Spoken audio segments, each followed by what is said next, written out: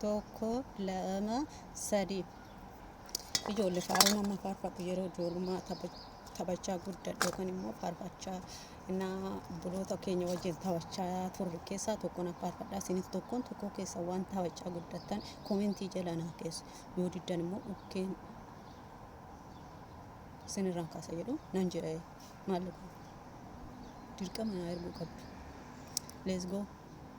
Tokko maali tokkeen tokkittuma, lama maali lamaa muchaa re'ee tokkeen tokkittuma, sadii maali sadan susumanii lamaa muchaa re'ee tokkeen tokkittuma, afur maali afran muchaa saayyaa sadan susumanii lamaa muchaa re'ee tokkeen tokkittuma, shan maali shanan quba harkaa arfan muchaa saayyaa sadan susumanii lamaa muchaa re'ee tokkeen tokkittuma, jaha maali jahan jabbii qaraxaa shanan quba harkaa arfan muchaa saayyaa sadan susumanii lamaa muchaa re'ee tokkeen tokkittuma.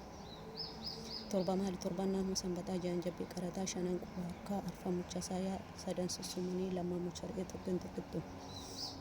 Saddeet maali saddeettan dhala leencaa torban naannoo sanbataa jahan jabbii qaraxaa arfan muchaa saayyaa sadan susumanii lamaa muchaa re'ee tokkeen tokkittuma. Sagal maali salga yaa'ii booranaa saddeettan dhala leencaa torban naannoo sanbataa jahan jabbii qaraxaa shanan quba harkaa arfan muchaa saayyaa sadan susumanii lamaa muchaa re'ee tokkeen tokkittuma.